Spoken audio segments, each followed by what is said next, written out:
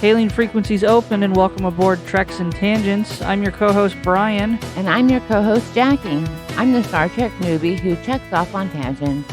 And I'm your Star Trek expert who's here to get the tangents back on track. Each episode we watch and talk about a different Star Trek episode. And this week we watched Star Trek, the original series, Season 1, Episode 4, The Naked Time. Episode 4 for the series, Episode 5 for our podcast. We Such made a it. Stupid name. Yes, so stupid we made it to 5 episodes. Absolutely, from the Peanut Gallery. But here we are to date this episode. To pull back a curtain a little bit, this is the first episode that we are recording since the podcast went live. Boom, boom, boom. We have to backdate some of these. We have to pre-record to make sure that we have episodes ready to publish every week on Tuesdays. So we back record some episodes. In this case, we back recorded 4 just to be safe. But here we are, episode 5. Lots of fun watching the podcast go live. Lots of fun watching people comment and like the podcast across all of the different platforms that we publish on: Patreon, YouTube, and Spotify, everywhere else that you can get podcasts, Apple Podcasts. I'm having fun. How about you, Jaci? I'm having a blast learning about the Star Trek thing, even though I still have no idea what I'm watching. Yeah, so we just wanted Don't to... forget YouTube. Did you mention YouTube? I did mention YouTube. Oh, see, yes. I wasn't listening. Yes, Alphabet's YouTube. And so we just wanted to take a quick moment and deviate from our normal script and thank everyone who's listened in, everyone who's taken a moment to check out our podcast. Certainly thank you to everyone who has hit whatever like or subscribe feature is on the platform that you consume this podcast on. And we certainly also want to thank those that have sponsored and supported this podcast directly at our Patreon at patreon.com/treksandtangents.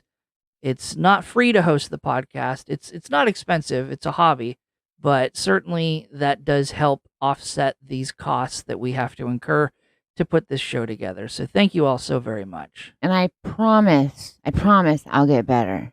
I think we're doing just fine.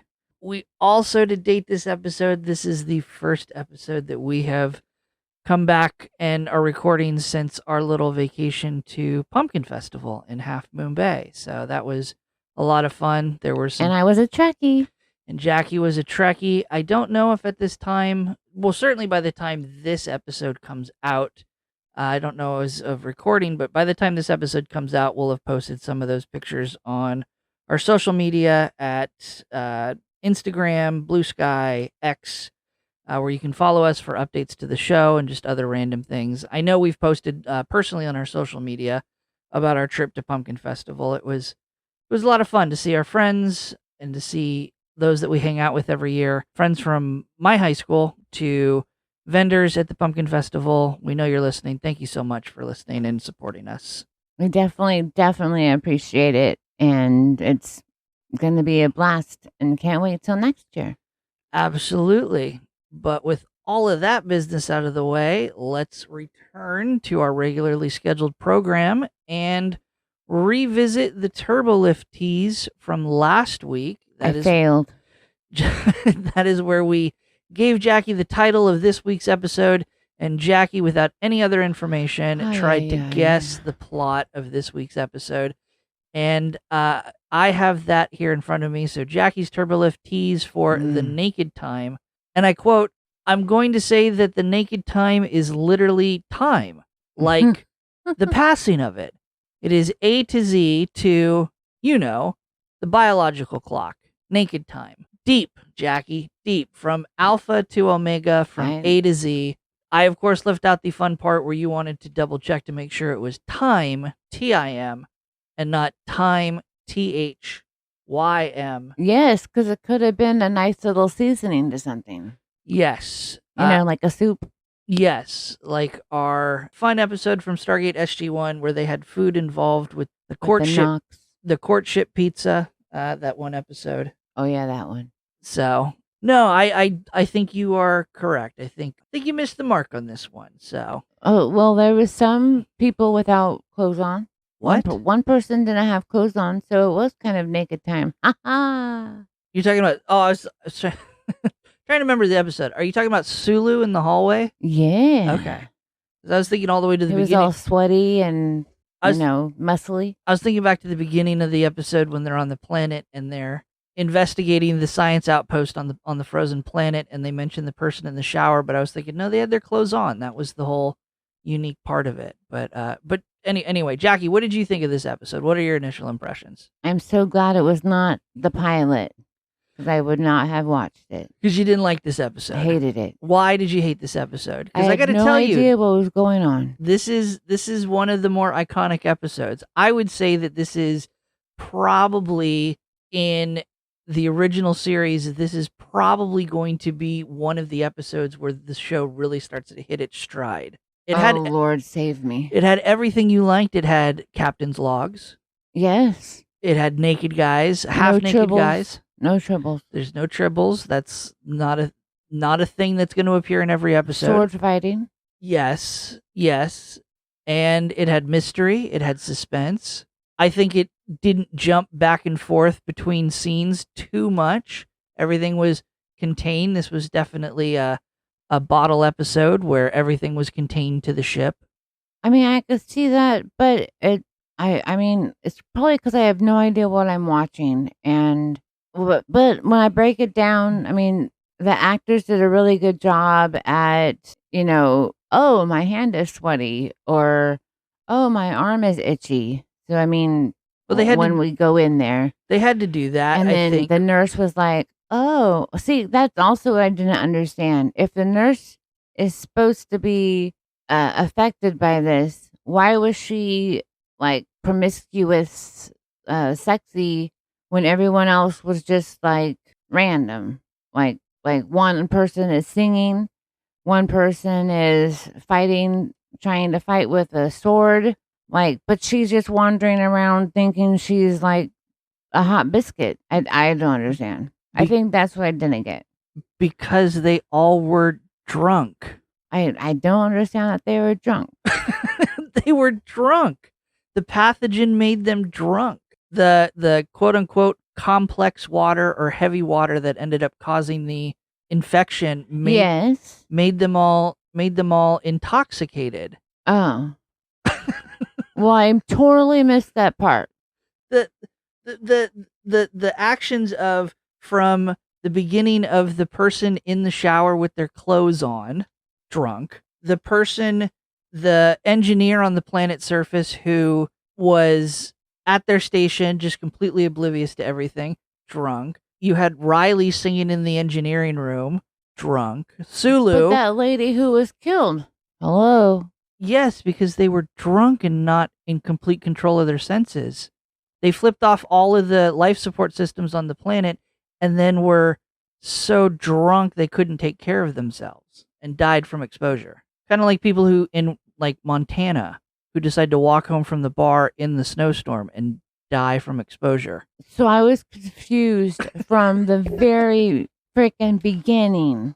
Because I thought that they were trying to figure out why everything was frozen.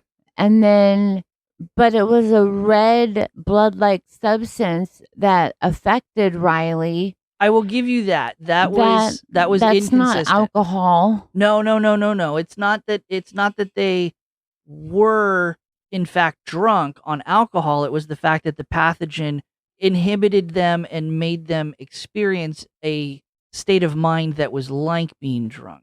I'm dumbfounded. We got to do a video podcast at some point because the look on Jackie's face right now as I explain this. Yes, they were drunk. Well, maybe if we I'll give my initial impression real quick. Obviously, I liked this episode a lot. This is one of the better starting points for Star Trek. This is where the show really starts to hit its stride. This is a great plot point. The ending to this gives so much leaping off points for other ideas and other storylines for time travel with the show. This is where we get Star Trek, the movie, The Journey Home.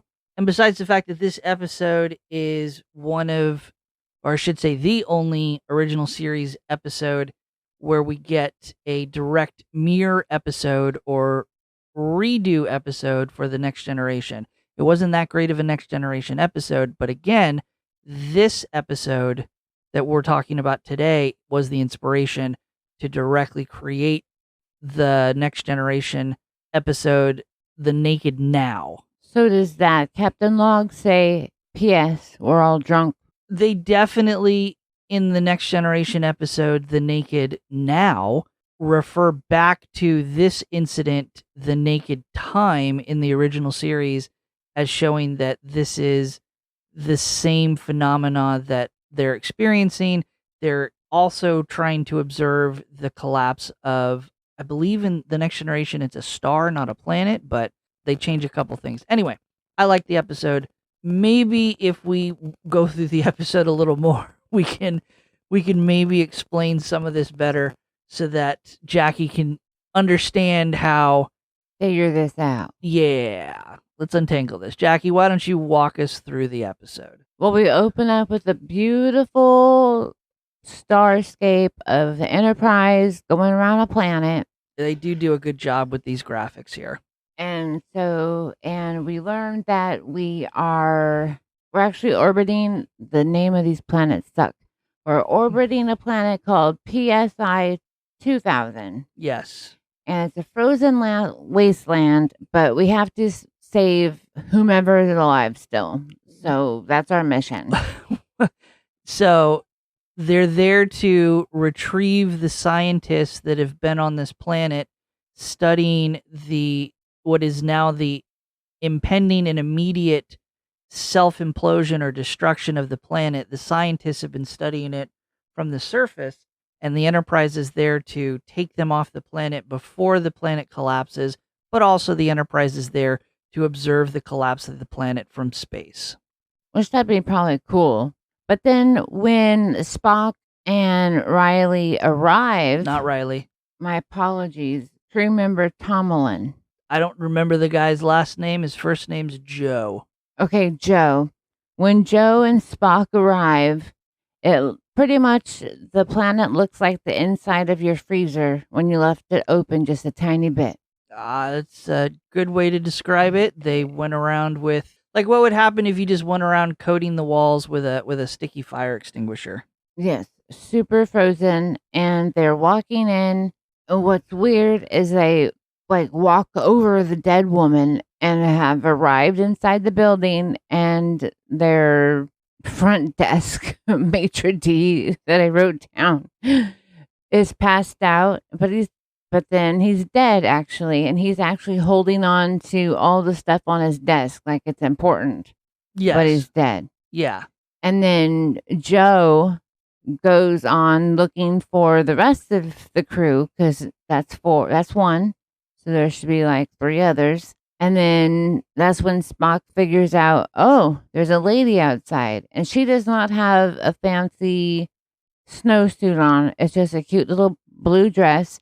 And she's been strangled. So who's the murderer on the planet? Is it even really a murder if it's not a woman? They said it was a lady. They did say it was a lady. Strangled. But what did it look like? I have no idea. It's a mannequin. Okay, I'm tired of all these crazy things going on in this show. We're gonna pause the episode right here. I'm gonna show Jaci a picture of the quote dead woman, and then we're gonna come right back for her live reaction. What do you think of that woman, Jaci? She's very pretty, and she's actually wearing a green dress, and yeah, she's a mannequin. Yeah, she's definitely a mannequin. What the heck? And also their quote unquote guns are like first generation Nerf guns, and I don't know how they're gonna kill anybody that way. Well, they're not guns. They're scientific scanners. I don't remember hearing why they beamed down because we should point out Spock and Joe beamed down wearing a version of like a hazmat suit. Not a very good one. It cling to their neck. It's like completely open. Yeah, it's Yeah. and saran wrap over the opening. Yeah.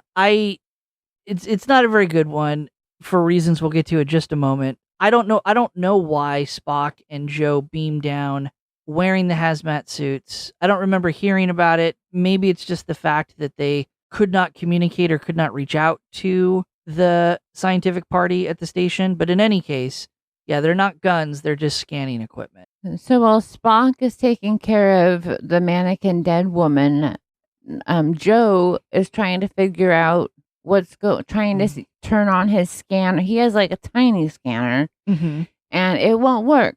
So he takes off his glove and he puts it on top of the dead man, like on his head, like a hat. And I did laugh at that, but I'm like, why are you doing that? So he turns on his little scanner, but yet with his gloveless hand, he touches. You know how when you bend down, you're trying to look underneath the table? Yeah, you're bracing yourself against something. Yes. His gloveless hand is on the outside, of the leg of the table, while he's scanning underneath the table. And then anti-gravity, this red blood-like substance shoots up into his hand. And then he's like shaking it like, oh, what's going on here? And then he ignores it the whole time. Or he doesn't like bring attention to it as they continue searching. And then they like, no one here is alive, so we should just go home. Yeah, they report back to Kirk that everyone's dead. They don't know why. It's nothing as if they've ever seen before, so that we can get a good teaser to go through to lead into the opening credits. Which was really good. Yes, that's how television shows work. But did you notice that they added this time, every time there was a name, it went zhoosh. Yes. Zhoosh. Yes, they have further expanded on Jaci's favorite part of the show, the opening credits. Well, because the music is fantastic. Yes. The French horn is used greatly. Yeah. And then we got my man Kirk and his captain's log as we're coming back from the opening credits. And he's like, Captain's log 1704.2. And he explains basically everything that we just did, that everyone's dead and he doesn't know why, but we'll figure it out. I do like that you have the same note as I do, that Kirk jumps in with his captain's log and does nothing more than recap everything we just saw in the cold opening. And all they're going to do, though, is they're just going to watch the planet implode. He's really excited about that. Yep. So for practicality purposes, those dead scientists are going to stay on the planet as it breaks up. They never mention it, but think about it. So Spock and Joe are in a transport room now, and Spock and Joe have returned, and they're ordered to the medical room to make sure all is well, that they didn't get some weird thing from those dead. I keep calling them astronauts. Well, they also use the transporter device as, once they're back on the Enterprise, as a decontamination environment. I read a fact in preparation for this episode that this is the only time that we see the transporter device used for decontamination. I didn't include it in the fun facts. I don't know how true that is. There are instances that I can think of where the transporter is used as a screening device where it scans the incoming people for a ton of things besides viruses and other environmental hazards. It can scan for weapons and so forth. So I don't really know that that's accurate to say that this is the first time or the only time this is used as a decontamination device. It certainly, I think, is the only time that we see people standing on the transporter pads going through a decontamination process while they're fully materialized. Interesting. That is Jaci's translation for all that just went over my head. Yes. It had lots of like do and lights. Yes, and lights. But we're in the sick bay now, and which is also like the doctor office, and McCoy is checking their vitals. Joe has a clean bill of health, but he's rubbing you can see that he is agitated. Like it went from his hand being twitchy, sweaty. So now he's really rubbing his arm. The actors do a great job showing how they do not feel well. Yes, how they transition from normal to intoxicated tripping balls. It doesn't look like it, but sure. And then we have like little banter between Spock and McCoy that Spock has green blood and he has no blood pressure, but everything else is super high. But he's normal for him, so yay. Yeah, I think it's a little weird that the sick bay's scanning device isn't calibrated to other species. Just for Star Trek lore, this is not the first. Spock is certainly not the first Vulcan that humans have encountered. There is a very rich history of humankind interacting with Vulcans. So it's, to me, just a little odd that the Enterprise can't accurately detect his correct vital signs and compare his vital signs to humans, but that's just me. Oh, I did not know that there was Vulcans before Spock, so I would be like, oh, okay, they'll figure it out sooner or later. But then Kirk like pops in and he's like, how is everybody? And they go, clean bill of health, yay! So let's get moving.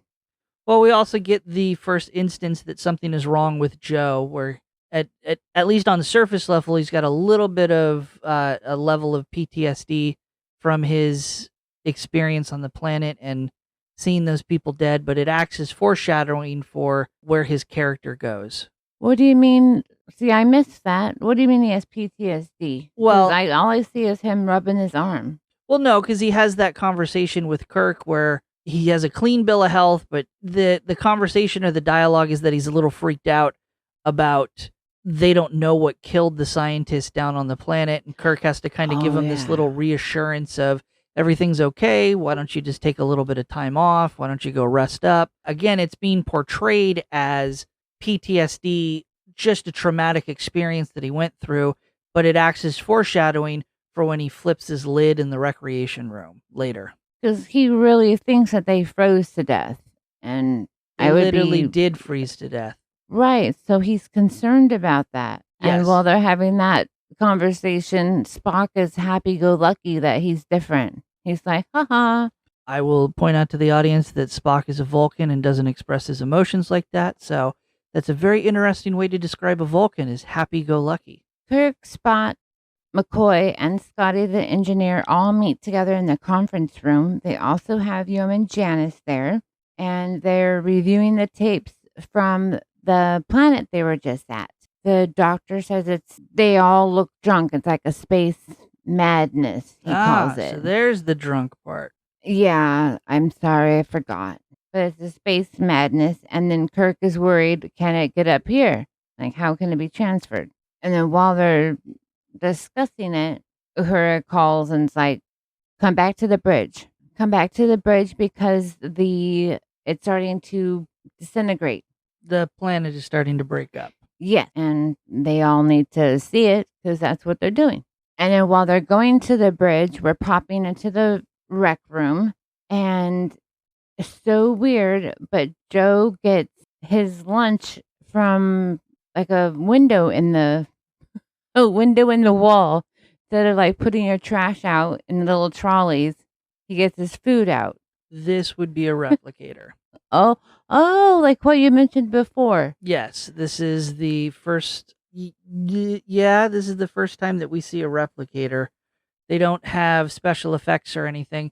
So the idea is that the ship generates using matter and energy to create the meal, the food, and then it's all done behind this door that Joe lifts up to get his food.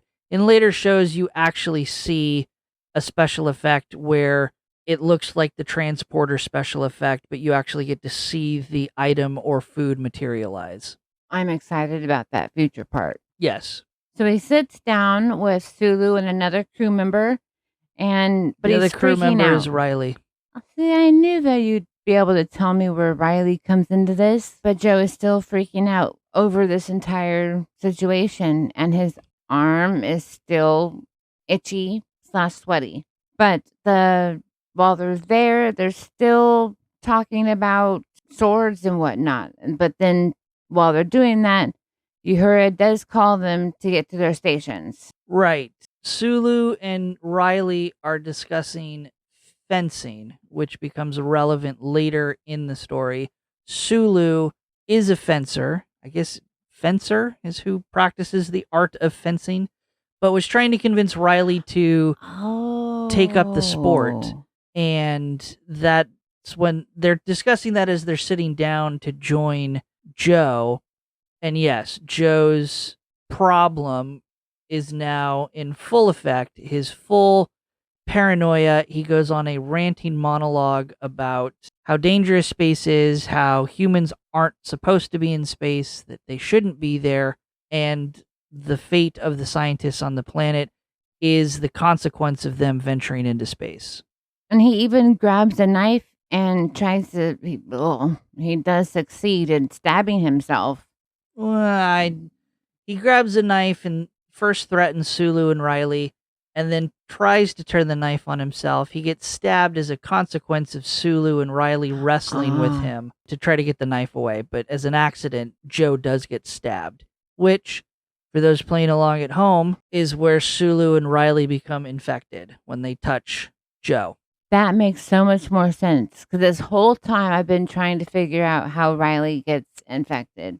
There's literally, I think, a special sound effect every time one of the crew members gets touched by an infected person and they become infected. I need to go back and listen. Yes, it's a little hissing. Oh, that's what it is. I thought it was just part of the ship or like a door opening. I now get it. Now it starts to come together for the Star Trek newbie. It took a while because this episode is not really my favorite, so I kind of wandered off myself. And so while Joe is bleeding, but they're all freaking out over his hand, just like Joe. Joe gets stabbed. We see the really bad special effects of some off-red paint on everyone's hands in the front of Joe's uniform. Riley jumps up and uses the comm system on the wall to summon security, medical help, but then immediately, because he's now infected, he starts rubbing his hand where he came in contact with Joe, and so he's infected, and the infection is instantaneous in its presenting of symptoms. And while he's just wiping away everything, the doctor and Christine, who is a nurse that just pops in, they try to stop the bleeding, but it just shows that everything is fine. He is dying because they couldn't stop whatever is happening to him.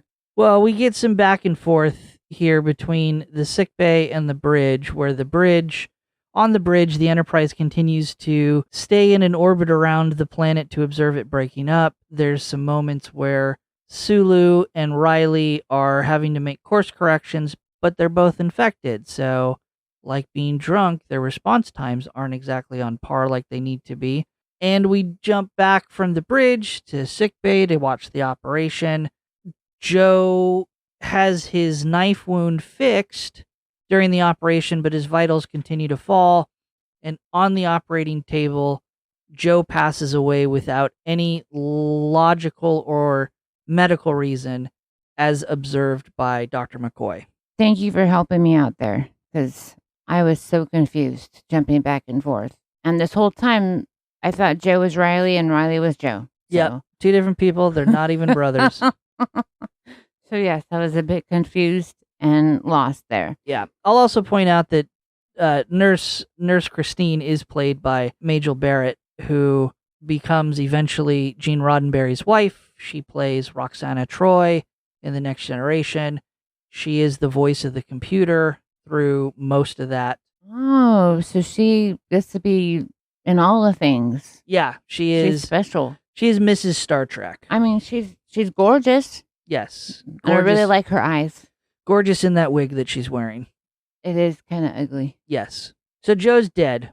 And then on the bridge, they found out that the planet that they're orbiting is breaking up and shrinking. Meanwhile, Dr. McCoy calls for Captain Kirk to come to the sick bay, and during that, Riley and Sulu are talking about how they're feeling sweaty also in their hands and whatnot. And Sulu's like, why don't you just, come with me to the gym? Let's get rid of this extra. Let's work it off. Come with me. And Riley's like, nah, that's okay. And Sulu scurries off. Yes, because at this point, Sulu is more under the effects of this intoxication that's affecting the crew members than Riley is at this point. Possibly because he had more of physical contact with Joe in their fight in the rec room. Then we pop back to the sick bay, and Doctor and Kirk cannot figure out why Joe died. I mean, he's perfectly healthy. Why did he just die? And so now Dr. McCoy is sweating and heavy, and Kirk is like, do you know what brought this on? Maybe something from the planet. We need to look into it. And then we pop back. We do a lot of popping back at this point. Back at the bridge, Spock notices that Sulu is gone and is asking where to go because we're off course. And so he has to jump in and fix everything while he asks the crewman. He asks O'Reilly where Sulu is. Yes, he does ask O'Reilly where Sulu is. And Riley's like, I have no idea. But he can't answer it because he is also I don't think he wants to get Sulu in trouble either. So he's like, I don't know. Well, he's also more under the effects of the intoxicant, so he's acting more and more unstable and drunk. Oh, but I do love it when he starts to sing. But anyways, Spock says, you need to go to sick bay because we need to figure out what's up with you. So as Riley is sauntering down the sick bay, and he doesn't even push doors open. He just blows them open. And then I thought that was really funny. Me too. It was it could even been like a little add-on, like in Pretty Woman when Richard Gere slaps the jewelry. That was unexpected. Like he just was like, whew, and the door opened. But anyway, sorry. Back to our outer space. He notices our nurse Christine is just, happily sitting there taking care of everything, writing her notes. And he's just talking to her, and then he touches her. And instead of her feeling, it's odd. And I do hear the sizzle that you mentioned earlier.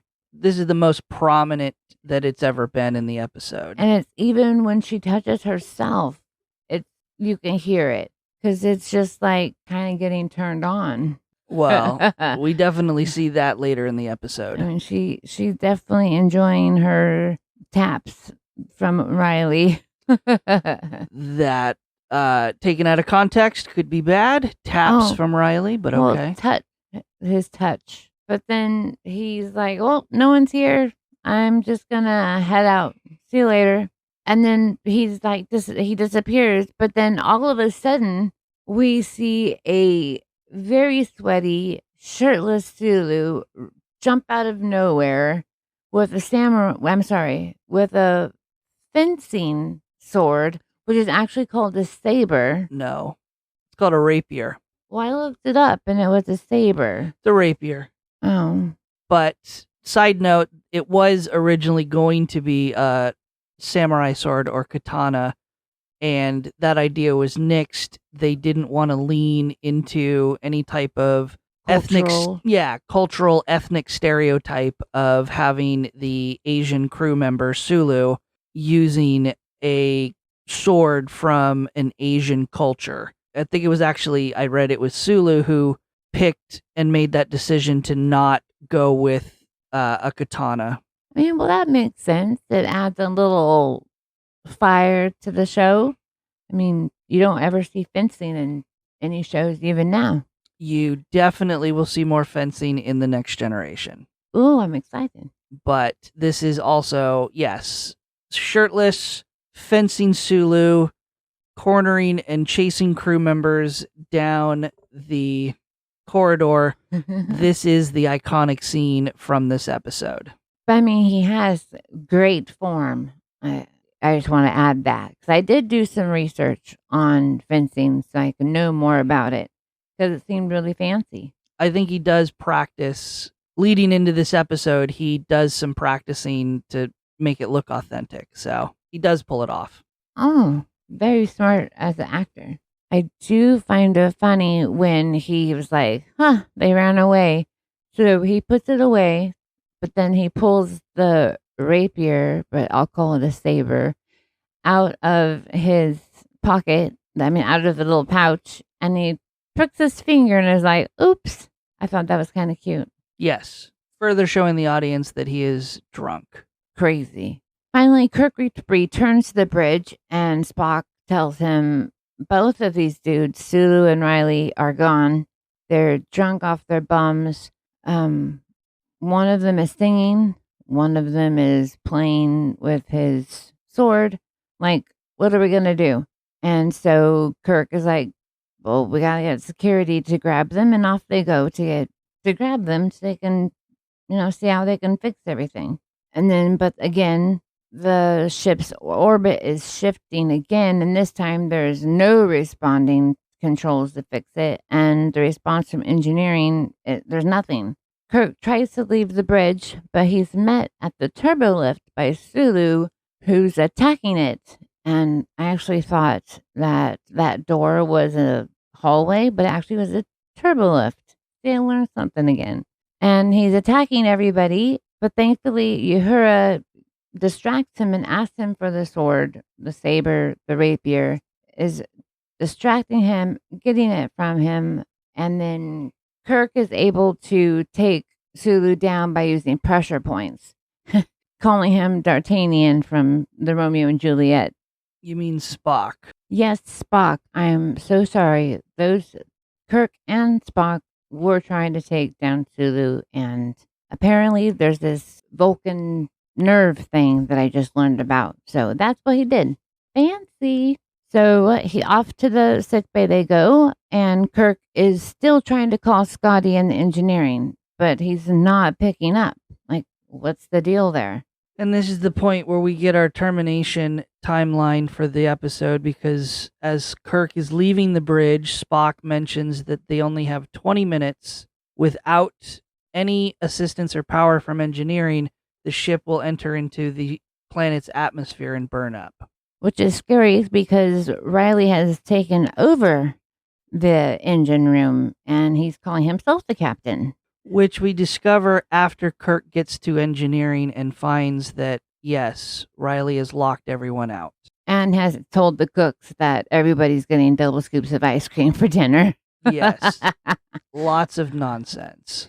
And of course, my favorite captain logs was 1704.4. Basically, the ship is out of control. Everything's spinning down, and they have 19 minutes left. So Kirk now runs to the control room again. Scotty and another person are trying to push the door open, but Riley doesn't allow it. It's cut off all power and everything to the helm and shut down everything that he can. So he is in control. Even the auxiliary.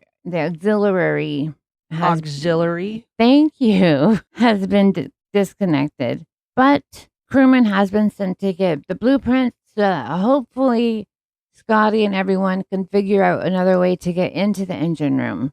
And thankfully they do. They're planning to cut into the wall and this weird, odd geometrical shape, which I thought was like a giant S at the beginning, but then it was a square with a triangle. Interesting. Yeah, it looks kind of like Texas, the hole they're trying to cut out. Yes, that's what I was trying to say this whole time. The panhandle. And it is that particular shape because they are trying to cut into the wall without cutting or destroying certain parts of the computer or the circuits that are behind the wall bulkhead.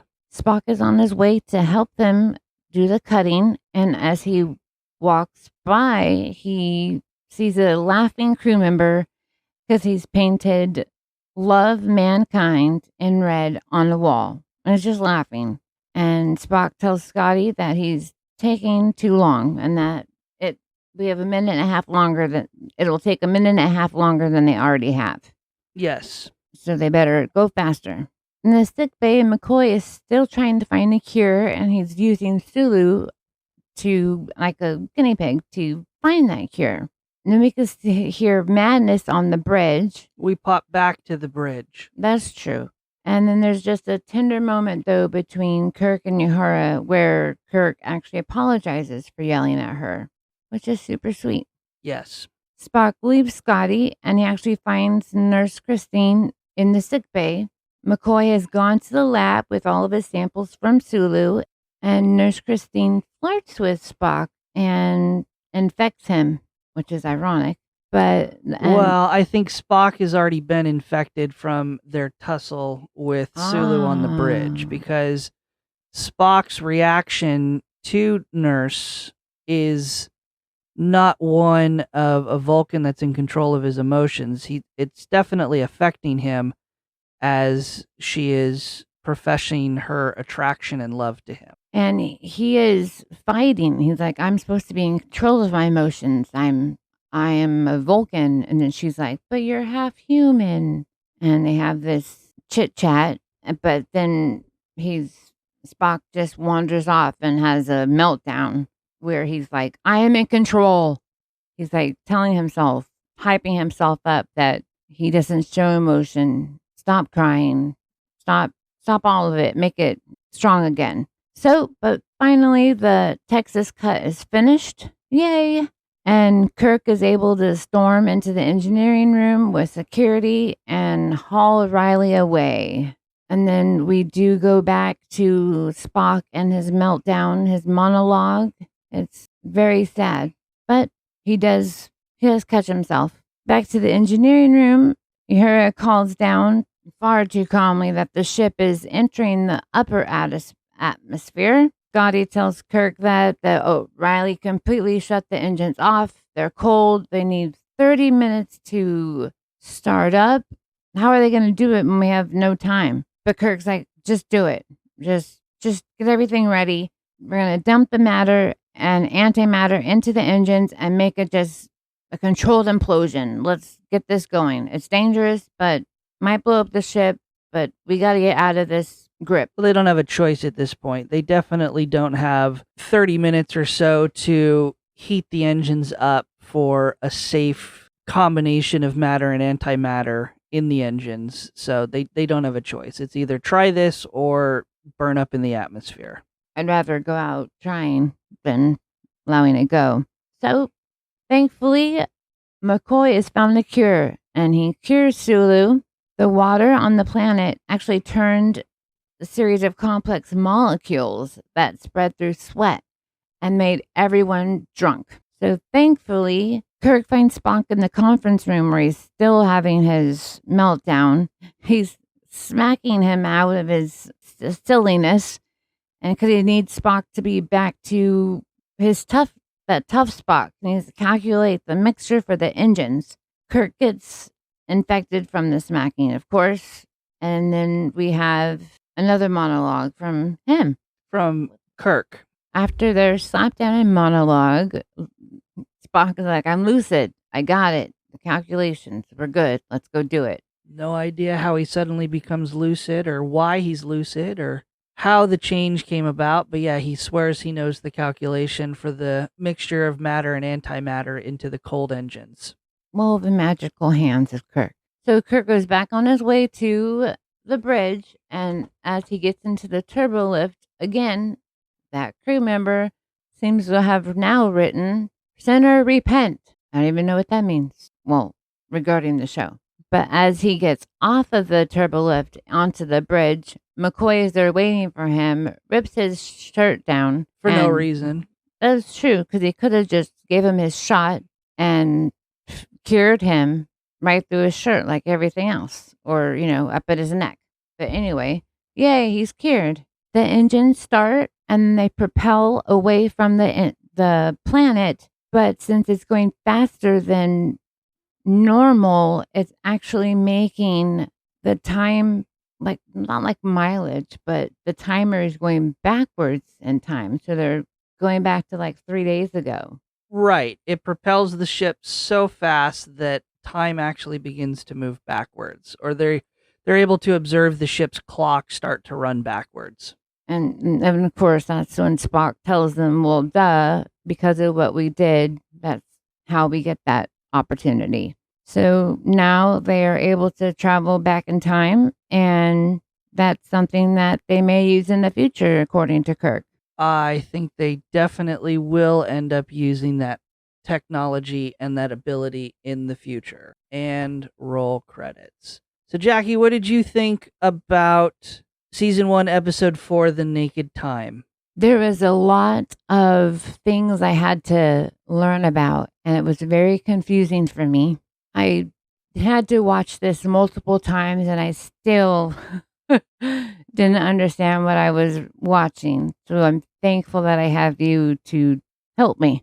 Well, and I really like this episode too. It's one of, I think, a milestone episodes. Even though it's only thrown in at the very end of the episode, the ability to time travel gets brought up a few times in the series about using this cold start engine to propel a ship faster than possible to roll back time. We revisit it. It's too bad that it's introduced at the very end kind of as a throwaway. Maybe they didn't know they were going to use it at the time, but it definitely becomes important in Star Trek. This also, of course, is the only episode that we get basically a mirror image episode in The Next Generation, where they use the exact same heavy water villain to get the crew drunk. We get eventually crew members breaking into engineering, taking away the ability for the ship to escape and imploding. I believe it's a star in The Next Generation, but it's a really good episode. It's one of the early favorites of mine. But do people sing in The Next Generation? I don't think that the quote unquote villain of the episode that's a crew member that takes over the engineering section of the Enterprise in The Next Generation does any singing, but he definitely hijacks the intercom and has his shenanigans over the intercom. Definitely no Irish shanties. Oh, darn it. But I do have some trivial tidbits or fun facts about this episode. My favorite part. It aired first on September 29th, 1966. This episode, with the reaction to Spock's emotional outbursts almost toward the end of the episode, caused a huge surge in the audience loving his character and empathizing with his character. It really resonated with the audience, this idea of a character that had all these repressed emotions just below the surface, versus up to this point, everyone just assumes Spock had zero emotions, I think. So this really intrigued a lot of the audience members. This episode and that moment definitely inspired many more instances throughout Star Trek where Spock's emotions play a pivotal role in the story. This episode is also the only episode where Uhura, Chapel, and Janice appear together on screen. They, of course, refer to each other. They talk to each other over the comms. But this is the only time that all three of them ever appear together on screen. The hazmat suits in the very beginning of the episode that looked so funny were actually just repurposed shower curtains. No. Yes, they just took shower curtains and tailored them up to be hazmat suits. That's funny. This, unsurprisingly, is George Takei's favorite episode. George Takei, of course, being the actor who plays Sulu. Why wouldn't it be? He got to run around shirtless and chase people. It also is of note that during shooting of this episode, he enjoyed his character and his rapier so much, chasing people around on the set, pulling pranks with it, that many of the crew went to Roddenberry and said, "You have to be done shooting these scenes, and we can never let them do this again. We're not going to put up with this anymore." Oh, that's hilarious. This, of course, is the first appearance of the Vulcan nerve pinch that we will see time and time again throughout Star Trek. I'm going to practice that on you. I Good luck.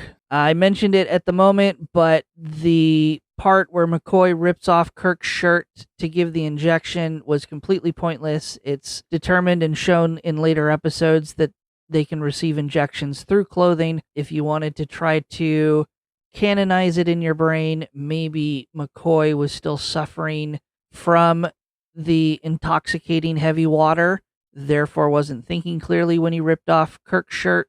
That's about how I'm going to justify it in my brain. Poorly made shirt. We didn't talk about it in the episode, but as Riley is taking over the comms, he mentions or calls for a dance to take place in the ship's bowling alley. It is never shown on screen that the Enterprise has a bowling alley, but in later publications, when Star Trek became more and more popular and we started to get technical manuals for the fictional Enterprise ship, it is included in the specs for the ship. So it is canon, it's just never seen on screen. It's like a small city. It really is. That's neat. This is the first use of Scotty's famous catchphrase, "Captain, I cannot change the laws of physics," as he's referring to the time that it takes to heat up the engines. This episode has a high body count of 1. Joe is the only person that we see on screen die, not counting, of course, the dead infected scientists on the planet in the beginning. Joe is the only official death that we see during the episode. And then finally, in reference to those scientists, the female scientist that they find in the frozen station, very clearly a mannequin from the moment, as we touched on at that time. But it was a mannequin that was rented by the show, and they damaged it so badly in mocking it up for the show that they ended up having to buy it. They couldn't return it. Yikes. And those are your Tribble tidbits. I like them. And this is where we share our episode ranking, where we pretend the episode is a member of our crew of our fictitious starship, and we assign a Starfleet rank to the episode. A higher rank assigned means that the episode is not only more enjoyed or liked by us, but we find it to be a more important and vital member of our crew. And the opposite, of course, is true. A lower rank to the episode means we didn't like it, and it's more of a disposable member of the crew. We post a visual representation of our rankings for each episode for the season at our Patreon the day after we air, so on Wednesdays at patreon.com/treks and tangents for anyone to view. Our ranks for the episode are Ensign, Lieutenant Junior Grade, Lieutenant, Lieutenant Commander, Commander, Captain, and Admiral. And of course, each of the higher ranks have a limited number of spots. As an example, we can only have 1 Admiral, 1 Captain, but the lower ranks are unlimited. We can have an unlimited number of ensigns as an example. Jaci, what did you rank the Naked Time? Lieutenant Junior Grade. Lieutenant Junior Grade, which is going to be the first time Jackie's given that rank. Why did you give it that rank? I think if I understood what I was watching, it would be higher. But because I didn't know what I was watching, that's why I have it where it is. But it wasn't terrible. Like, I loved the cinematography. I loved the drunken theatrics. Like, so much was great, but then so much was, I don't understand what I'm watching, if that makes any sense. Fair enough. If you were to assign that on a scale of 0 to 10, that would be a 2 or a 3 out of 10. I'm going to give this a Commander rank. This, of course, is going to be one of the iconic episodes of the season. It's not going to be the best. It's not going to be a 10 out of 10. It's not going to be the absolute keystone moment for the series. But this is absolutely an iconic episode. It has to exist for so much else in the Star Trek universe to form, just on that last little throwaway at the end for that ability to time travel. So it's like foreshadowing? Yeah, it's going to be foreshadowing in a way that we'll see come up again and again. Oh. So Commander is going to be my rank for this episode. That's going to be an 8 or a 9 out of 10, and you can only we can only have 5 commanders. This is the first time I've assigned a rank of commander to an episode. Again, as a reminder, the visuals for our rankings will be on our Patreon page the day after this publication. To compare to the rest of the humans on IMDb as of recording, this is ranked a 7.8 out of 10. Oh, I was way off. We'll be back next week to trek through another episode. And to tease that episode, we're going to give our turbolift tease or elevator pitch to the next episode's plot. We're going to do that by giving Jaci just the title of next week's episode. Without any other knowledge, Jaci is going to give us a brief explanation of the plot. Jaci, next week's episode is called The Enemy Within. Oh, well, that's simple. We're going to be fighting our inner demon because we want to have the good prevail and not the bad. All right, and tune in next week and we'll all see if Jaci's correct. Like always. If you want more show information, you can find and directly support our podcast on Patreon at patreon.com/Treks and Tangents. You can also follow us on X at Treks_Tangents. We're also on Instagram and Blue Sky at Treks and Tangents. Jaci, where can people find you and what you are currently up to? I am on Instagram at Jibboom, JIBBOOM. I do all kinds of things from music, makeup, clothing, dog training, and I will be trickling in some TikTok, but I forgot my username for that, so I can't tell you that yet, but I'll let you know later. Tune in next week to find out if Jaci's recovered her TikTok account. You can watch me stream a variety of video games over at twitch.tv/PiratePoundTown. On YouTube, I post video games and other random content on my main channel at Pirate Poundtown. I also post coin collecting and hobby content at Pirate Treasure Hunting on YouTube. I post socially on Blue Sky at Pirate Poundtown, and I can also be found on Instagram under Pineapple Cannibal because I am banned from Instagram as Pirate Poundtown. Links to all social media mentioned can be found in the episode description. Thank you everyone for tuning in to this episode. We hope you had fun like we did, and we will see you all next week. End transmission.